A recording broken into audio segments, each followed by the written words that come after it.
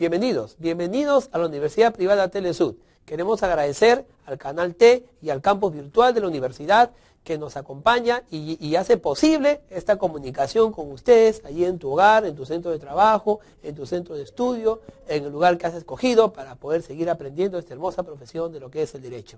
También queremos agradecer a los profesionales, a los tutores, a los profesores que día a día se esfuerzan, repasan sus temas y tratan de compartir contigo su experiencia, que es pues una de las cosas más buenas y más nobles que se puede realizar. Bien, dejemos entonces las presentaciones y quiero darte la bienvenida a esta unidad, donde vamos a estudiar la historia general del derecho peruano. En las 3 unidades anteriores hemos hecho una evolución, un estudio permanente de toda la historia del derecho, tanto en la humanidad, en la época occidental, en las formas que se han expresado las sociedades para buscar el bien común, para organizar sus instituciones y proteger también sus bienes jurídicos. Pero ¿qué de esta parte del mundo? ¿Qué del Perú? Nuestro derecho, ¿cómo ha evolucionado? ¿Cuáles han sido sus orígenes? ¿De dónde ha sido influenciado? En este primer tema que vamos a desarrollar, vamos a estudiar el derecho preincaico y el derecho incaico. Así que los invito a acompañarme en este viaje en el pasado, a través de lo que es la historia del derecho peruano. Vamos entonces a ver nuestra primera diapositiva de presentación.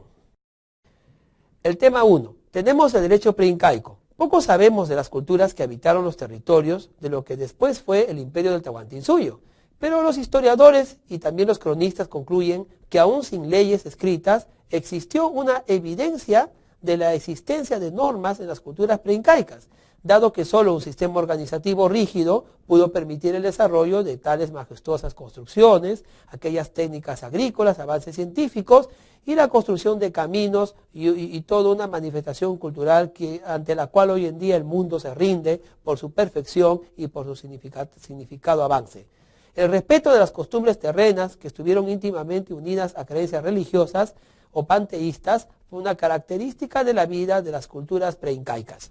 Las culturas preincaicas, en cuya etapa convivieron los hombres con la naturaleza, tuvieron por principal orden económico el cultivo de la tierra, la crianza de animales, la construcción de viviendas que adornaban su ropaje con lo que ellos mismos les proveían, y también su religión. Se pobló de dioses, de mitos, de representaciones mágicas, que iban desde la creencia de un solo Dios en Tix y Viracocha hasta las demás creencias ya propiamente posteriores de politeísmo y adoración a la naturaleza. El panteísmo y el deseo de un desarrollo sostenible en la antigüedad iba emparentado con las creencias religiosas de que Dios estaba presente en la naturaleza y de que todas las bellezas que ella le daba era producto de origen divino. La formación de clanes habría surgido en esta etapa, es decir, en la etapa preincaica, como una necesidad de encontrar un modo de vida colectivo frente al gran desafío que tenía el hombre frente a la naturaleza. La necesidad de organizarse para poder realizar trabajos comunitarios en la siembra y cosecha de los alimentos, en la construcción de viviendas y en el pastoreo del ganado, surgió también en aquel tiempo la aparición de autoridades para que vigilaran el cumplimiento de reglas de conductas civiles, guerreras y religiosas. Por ejemplo, en la cultura chavín, quien pudo haber conocido las ruinas, ha podido encontrar que la clase gobernante era aquella que estaba relacionada con los temas religiosos. Y es que una clase poderosa estaba relacionada con el dominio de la naturaleza y la interpretación de todo lo que significaba temas religiosos. El pueblo se subyugaba ante ese conocimiento de lo aparentemente incomprensible para ellos y simplemente se doblegaban ante esta autoridad. Las culturas preincaicas tuvieron definitivamente grandes expresiones culturales como el Imperio Moche, el Imperio Huari y propiamente Chavín de Huántar, cuya influencia pétrea ha alcanzado a gran parte del territorio peruano que posteriormente tuvo que ser y convertirse en el gran Imperio Inca. Seguimos entonces con la siguiente diapositiva. Los estudiosos de la historia del derecho, aunque reconocen que no hay evidencias suficientes que permitan establecer que hubo una sistematizada administración de justicia, sin embargo se cree que las culturas pre-incas se vivía en una sociedad organizada y que quizá en esa época se dieron las primeras reglas no escritas del derecho civil en estos grupos humanos. Es decir, el desarrollo de la cultura pre-inca estaba íntimamente comparada al desarrollo de culturas como la germánica, donde la traducción oral y el conocimiento transmitido de generación en generación producía un equilibrio social. Los historiadores afirman que ningún otro país de Sudamérica tiene, como el Perú, un territorio tan vasto en el que los pueblos que lo habitaron fueron partícipes durante un largo periodo de tiempo de un número considerable de formas de vida que eran comunes y similares entre sí, creando con ellas una continuidad cultural a pesar de los frecuentes cambios políticos o de los fenómenos bélicos que ocurrían por el enfrentamiento de muchos líderes o caciques de las diferentes comarcas y de los diferentes desarrollos culturales y grupos culturales de la época.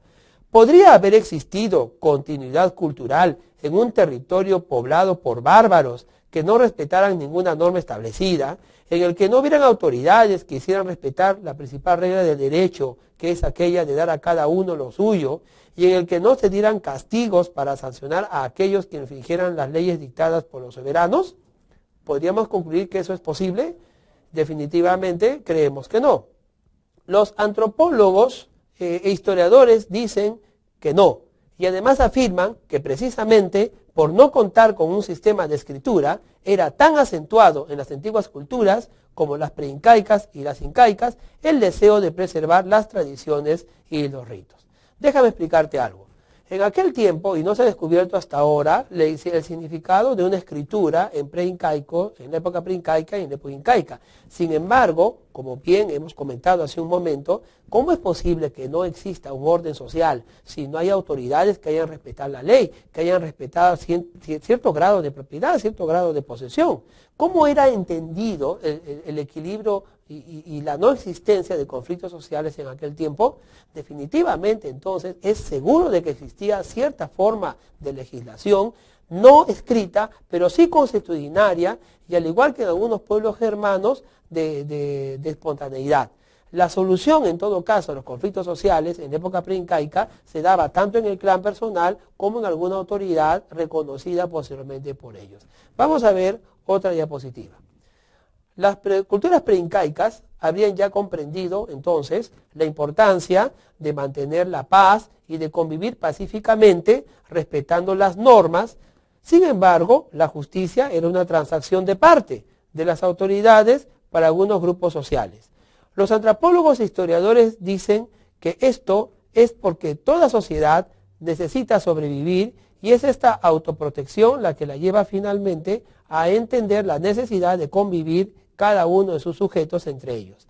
Se cree que en la época preincaica el regionalismo ya existía como un factor de diferenciación y que era apreciado en lo referente a la producción de alimentos, a las manifestaciones artísticas y al intercambio comercial.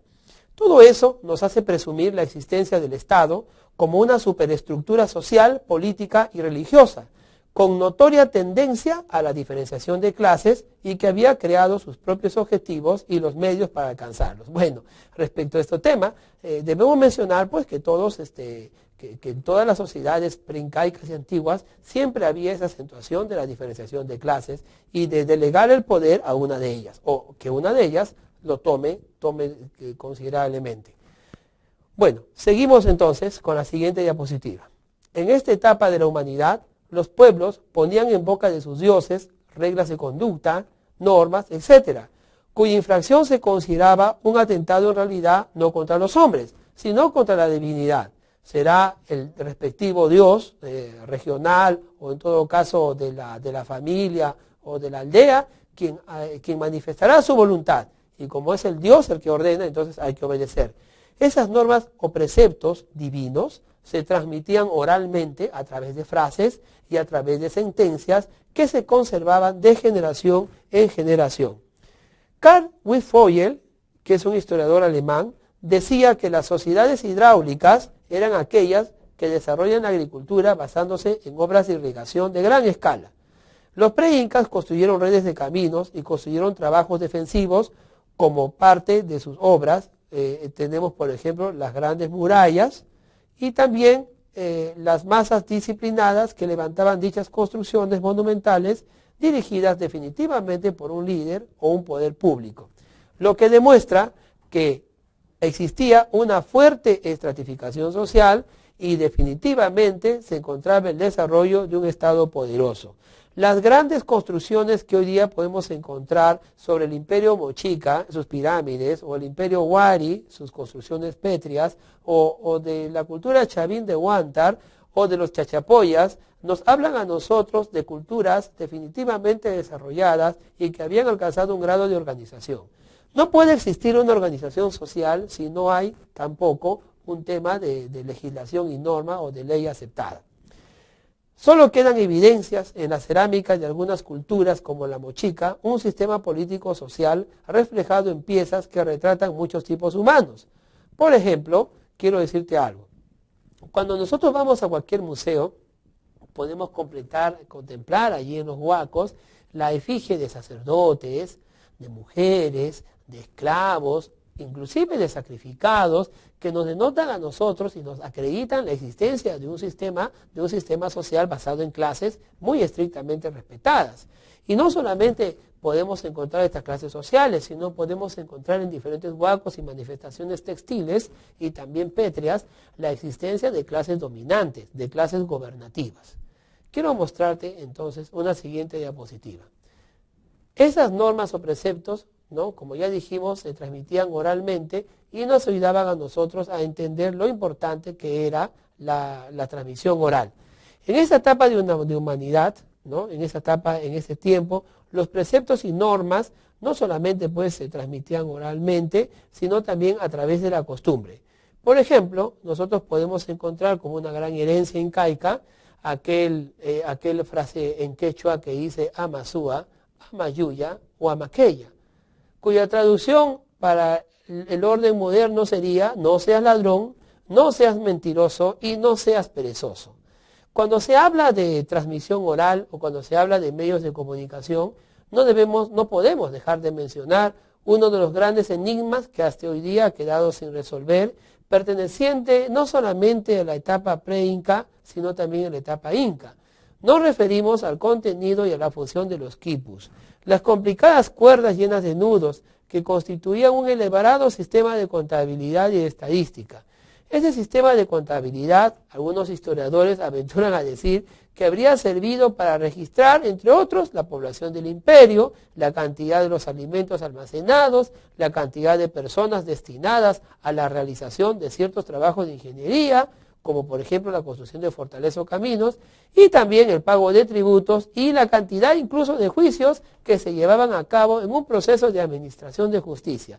Por eso eran tan importantes y respetados los quipus camayoc, que eran quienes tenían a su cargo el manejo y el cuidado de los quipus. Imagínense usted entonces tener un instituto de estadística e informática o un registro contable en el PDT de aquella época, es decir, los quipus, serían los PDT quipus, aquellos pues que significaba un adelanto para ellos. Sin embargo, esto no se ha podido probar y tampoco se ha podido acreditar de que sea un modo de escritura o un modo de comunicación. Hasta hace poco, la mayoría de estudiosos consideraban que era una creación de los incas, pero en fechas recientes, y por sorprendente noticia, se vino a conocer que los quipus existen desde las épocas preincaicas. Tal es así que en la Huaca de San Marcos se han encontrado, que data pues del año 250 y 700 después de Cristo, se han encontrado quipus que definitivamente han corroborado de que estos pertenecen a la época preincaica. Bueno, quiero entonces terminar esta parte diciéndote algo. La cultura inca, propiamente, como ya lo conocemos todos, es una cultura que se desarrolló sobre la base de imperios y culturas que ya se habían consolidado en todos los sectores. Cuando el imperio inca comienza a desarrollarse como tal, que llega a ser pues un imperio joven, cuando el imperio inca comienza a desarrollarse, entonces asimila los valores culturales de todas estas culturas que lo rodeaban y en su región, y va asimilando no solamente la religión, sino sus costumbres, su tradición oral.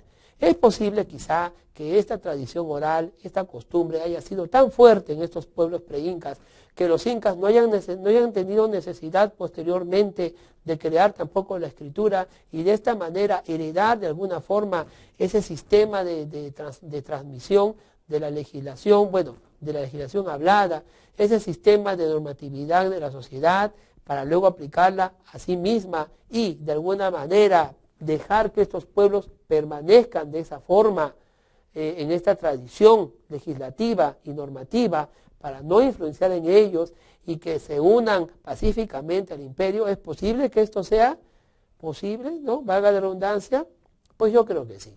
Yo creo que sí, creo que de alguna manera, ¿no?, podemos aventurarnos a decir que los incas no crearon escritura porque el poder de la costumbre, el poder de la tradición y de la transmisión oral de las normas de convivencia social era evidente en los pueblos pre-incas y fue evidente entonces también en el imperio inca. Te animo entonces a que me acompañes al tema número 2, donde estudiaremos la legislación o el derecho incaico. ¿Pudo existir o no? Ya que en el derecho preincaico hemos entendido que sí existía constitucionalmente, debemos entender entonces que ha de existir en el imperio incaico. Gracias por acompañarme, repasemos las tutorías y los temas y sigamos adelante en esta exploración del derecho peruano. La existencia de normas en las culturas preincaicas, dado que solo un sistema organizativo rígido pudo permitir el desarrollo de tales majestuosas construcciones, aquellas técnicas agrícolas, avances científicos y la construcción de caminos y toda una manifestación cultural ante la cual hoy en día el mundo se rinde por su perfección y por su significado avance. El respeto de las costumbres terrenas, que estuvieron íntimamente unidas a creencias religiosas o panteístas, fue una característica de la vida de las culturas, en tu centro de trabajo, en tu centro de estudio, en el lugar que has escogido para poder seguir aprendiendo esta hermosa profesión de lo que es el derecho. También queremos agradecer a los profesionales, a los tutores, a los profesores que día a día se esfuerzan, repasan sus temas y tratan de compartir contigo su experiencia, que es pues una de las cosas más buenas y más nobles que se puede realizar. Bien, dejemos entonces las presentaciones y quiero darte la bienvenida a esta unidad, donde vamos a estudiar la historia general del derecho peruano. En las 3 unidades vamos a estudiar el derecho preincaico y el derecho incaico. Así que los invito a acompañarme en este viaje en el pasado, a través de lo que es la historia del derecho peruano. Vamos entonces a ver nuestra primera diapositiva de presentación. El tema 1. Tenemos el derecho preincaico. Poco sabemos de las culturas que habitaron los territorios de lo que después fue el imperio del Tahuantinsuyo.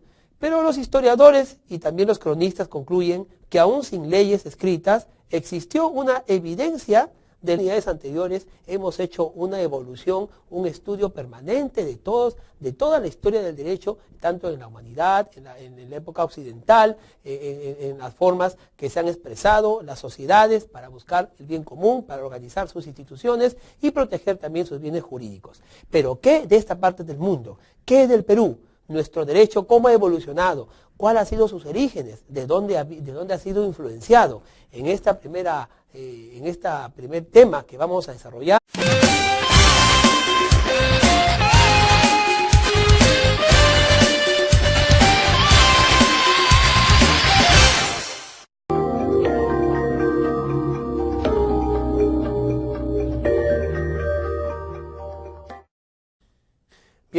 Bienvenidos a la Universidad Privada Telesud. Queremos agradecer al Canal T y al campus virtual de la universidad que nos acompaña y hace posible esta comunicación con ustedes allí en tu hogar, en tu